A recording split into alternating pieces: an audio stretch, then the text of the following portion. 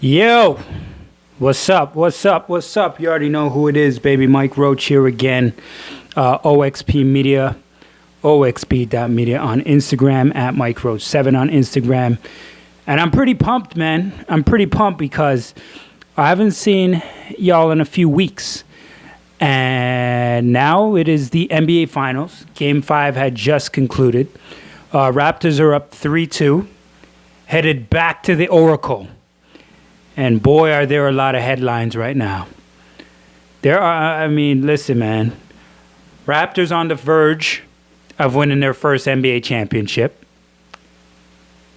Kevin Durant goes down to end his season. He won't be back for the NBA Finals. Can the Raptors close it in 6? Would there be a dramatic Game 7? Listen, I was at Scotiabank Arena last night. People were damn near having a heart attack. Okay? So let's see what the Raptors can do here. But there's a few things I want to talk about. Like I said, we'll talk a little bit about what happened in Game 5. We'll talk about KD and the injury. We'll talk about what happened with the crowd and stuff like that. Bob Myers and whatnot. But unfortunately, let's start with Kevin Durant, because it seemed like the injury from Kevin Durant has actually overshadowed the outcome of the Game 5 loss for the Toronto Raptors and the win for the Golden State Warriors. I believe the score is 106-105. They take it by a point. But let's start off with Kevin Durant. Kevin Durant was a game-time decision for this game in Game 5. Medically cleared to play from the medical staff from the Golden State Warriors. Bob Myers cleared him as well. It went through him as well. He has a say. And clearly Kevin Durant has a say too. Now, people are talking about pressure from the media, maybe for some people in the front office, teammates or whatnot. At the end of the day, Kevin Durant has say, yes, but it'll be more through from what I've heard through the medical staff, whether Kevin Durant wanted to play or not. Now, people say, oh, how are you going to tell him not to play? Yeah, trust me, you can, bro. You can. Because for certain organizations, one that I work for, the Toronto Raptors, goes through Alex McKechnie. Now, I don't know how the rest of these organizations are, who has the last word, but I'm sure they're all different. Point is, Kevin Durant was playing. Now, Kevin Durant was out there warming up before the game. It was about 7:45, 7:50. I was at Scotiabank Arena. I was with Jack Armstrong. I'm taking him out because he was going to make a brief appearance at Jurassic Park. We go do that. We come back in. Kevin Durant is on the court, shooting around. He's dunking. He looks good with his lateral movement, so on and so forth.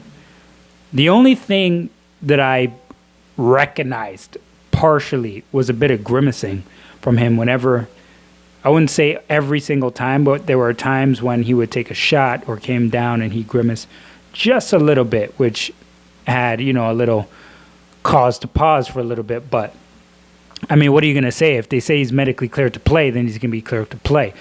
And if Kevin Durant says he does not want to play because of how he's feeling, you know what the narrative is going to be the next day. He's soft, he doesn't have enough heart, and blah, blah, blah, blah, blah. And we already know that is the truth, okay? Kevin Durant comes in. I think he played 12 minutes or 11 minutes. He had 11 or 12 points. I'm not sure if all of you have actually seen the video. There's a slow motion video.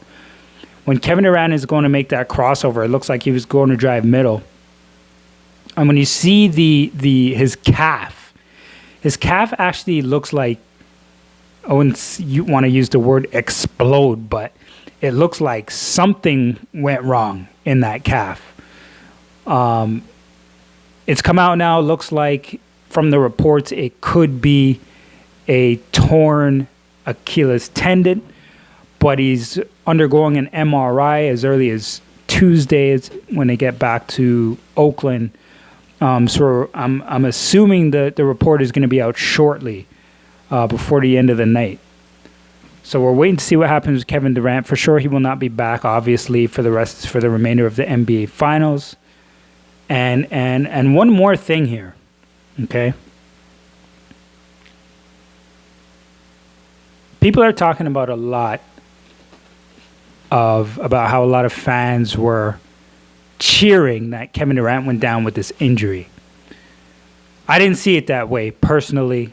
I was standing in one of the tunnels at Scotiabank Arena, and I believe there were a few idiots out there. Don't get me wrong. There were a few people who were clapping and cheering that he was injured.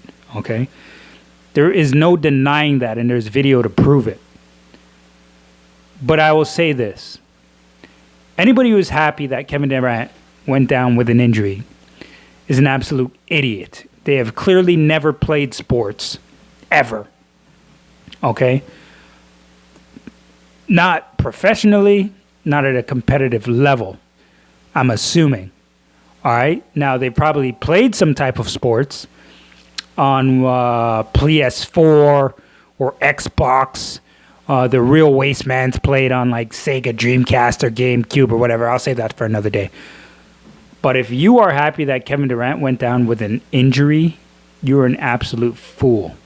All right? You should not be watching or taking part in any type of sports. That's just ridiculous. I just had to get that out the way.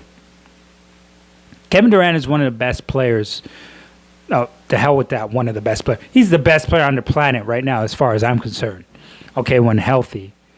You never want to see a guy like that go down with an injury. It's almost like you're being cheated. What an NBA Finals it would be if we were watching him against Kawhi Leonard. Now, obviously, with him in the lineup, Golden State would be the heavy favorites. Without him in the lineup, it's dropped off, and it's a lot more even. But we hope he gets better soon. I'm sure he may have to undergo some type of surgery and whatnot. Depending on what happens with his injury, he could be looking at 10 to 12 months. If it's not as severe as we may believe it is, maybe a little bit less. But from what I saw, people were kind of clapping and happy that they saw Kevin Durant on the ground, because I don't think they understood yet the magnitude of the injury, right? Like, they saw him on the ground and they were cheering, but I don't think they were cheering because they believed he was injured. They were cheering because it felt like the Raptors were exerting energy from him and he was getting worked. So when he was on the ground, I'm thinking fans are thinking maybe, okay, he's going to have to go to the bench and take a breather. He hasn't played for over a month, so his legs aren't under him, and he's probably really tired.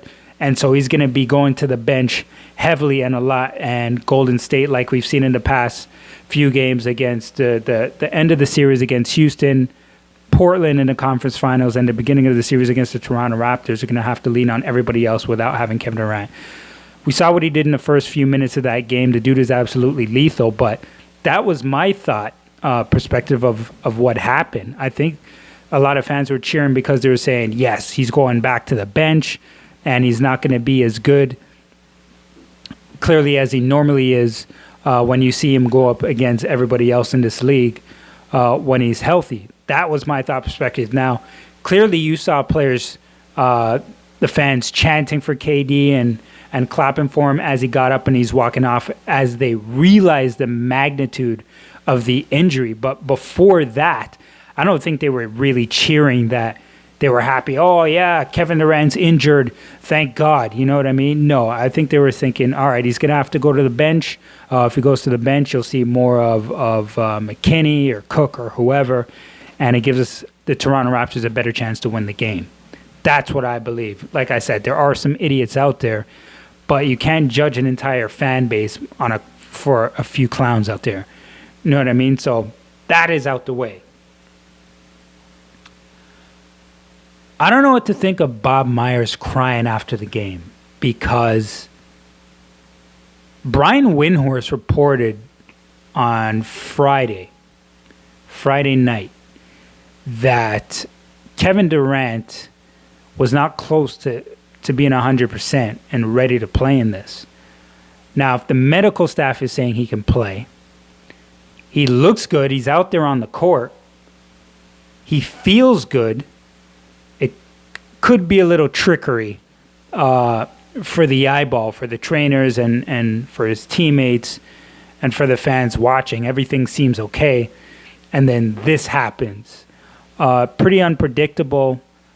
I don't think anybody predicted that. I mean, I kind of did. I did mention it to say, what if this happens? But you didn't actually think it would happen. Just a really, really crazy situation. Just a really crazy situation, man. And they said he was out for a month with some type of calf strain. But I mean, I don't know. We're going to see what happens here, man. This is a very, very sticky situation. This is a very, very sticky situation for the Golden State Warriors. And everybody's saying, well, who do you blame? Who do you blame? You got to blame it a little bit on Bob Myers. You can't blame it all on him. But it's not a good look for the Golden State Warriors. It's just really not a good look. And listen, if you're Kevin Durant's camp, and I know they're keeping everything in-house right now, I don't care what you say, there's got to be a little bit of concern in regards to the way he was diagnosed with this injury and now how everything has played out. Don't know what to expect going forward. Don't know if this makes him want to return to Golden State or just really makes him want to leave even more. We're about to find that out shortly because the NBA playoffs and the championship will be done within a week. And as soon as it's done, it's going to be crazy. And things are going to be said and things are going to begin to happen. I'm assuming rapidly with everything because the amount of drama that has happened during this NBA Finals, these first 5 games, has been absolutely ridiculous. It's fantastic. Not glad to see Kevin Durant go down. But, I mean, listen, the drama right now is what everybody wants to see. Now enough of Kevin Durant.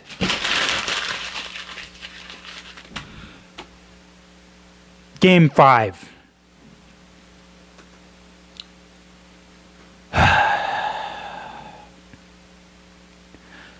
Tough to end the game like that. If you're the Toronto Raptors, you're up 6 now. You were trailing the whole game. You're up 6 now, 3 minutes to go. And you give up some open three-pointers, specifically to Klay Thompson. You got to give it up for the shot that Steph Curry. Steph Curry came off a curl at the three-point line. Fred VanVleet was all over him. I don't know how the hell he made that shot. Well, who are we kidding? For God's sakes, it's Steph Curry. We know he made the shot. But damn, that's a tough shot, man. I'm not sure how much more Fred could have done. I don't know how much more he could have done. If he gets any closer and jumps at him, he's going to the free throw line. And then if he gets any closer and he jumps at him, and he jumps at him late, he makes the 3 and he goes to the free throw line, and you're looking at a 4-point play. So, you got to tip your hat to Steph Curry. A lot of people try to knock him because they say he's not really a good fourth quarter player, but he really stepped it up big in Game 5, and you got to give him props for that. And listen, everybody's talking about Nick Nurse and this damn timeout. Why do you take the timeout? Why didn't you take the timeout? Listen, man, they didn't lose the game because of that timeout. Now, I get it. They had the momentum going. They pulled off 12 straight after they called a timeout. Things turned, and they ended up scoring 9 straight on the other end with some really, really big, crucial three-point shots. But the defense and the three-point shots, being able to guard them from Toronto's standpoint on Steph Curry and Klay Thompson are the real issues here. You got to find a way to neutralize those three-point shots from both of those guys. And I know it's a lot easier said than done, but those are 2 of the best shooters in the history of Earth. Like, you have to find a way to neutralize, if not 2 out of those 3 of those three-point shots, at least 1, but you can't give them 3. You just can't give them 3 of those. You can't give him 3. And I don't want to hear anybody talking about Kyle Lowry, him doing this at the end of the game, him doing that. They did not lose that game because of Kyle Lowry. Okay? There was mistakes made down the stretch defensively for the Toronto Raptors. And there were some offensive things that didn't go their way. Yes, they didn't have to hoist up a three-point shot. They could have gone for a 2. I thought Fred should have kept the ball when Kawhi Leonard got double-teamed. possibly try to get into the paint. But at the end of the day, things happen. You can't dwell on it. You got to look forward to Game 6 at the Oracle. The beginning of the series, I did not believe that Toronto would be able to go into the Oracle and be able to win there. And they pulled off Game 3 and they pulled off Game 4. So is there a chance that they can pull off Game 6? Yes.